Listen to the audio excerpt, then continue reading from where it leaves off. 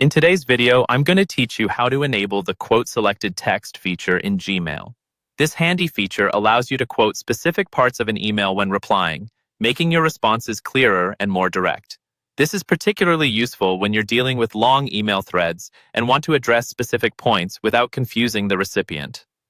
Let's get started on enabling this feature to enhance your email experience. First, open your preferred web browser and navigate to Google Search.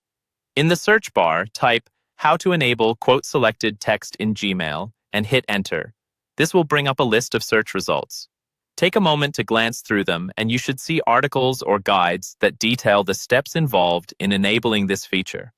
This search will help us to find different resources and discussions around the topic, which can be beneficial for understanding different perspectives and potential troubleshooting. Once you've identified a reliable link from the search results, click on it to open the associated article.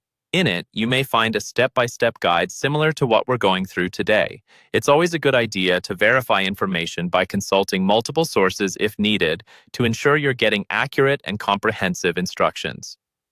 After gathering relevant information from your research, the next step involves accessing your Gmail account.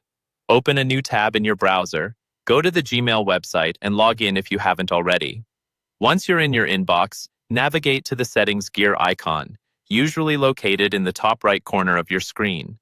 Click on it and then select See All Settings from the drop-down menu.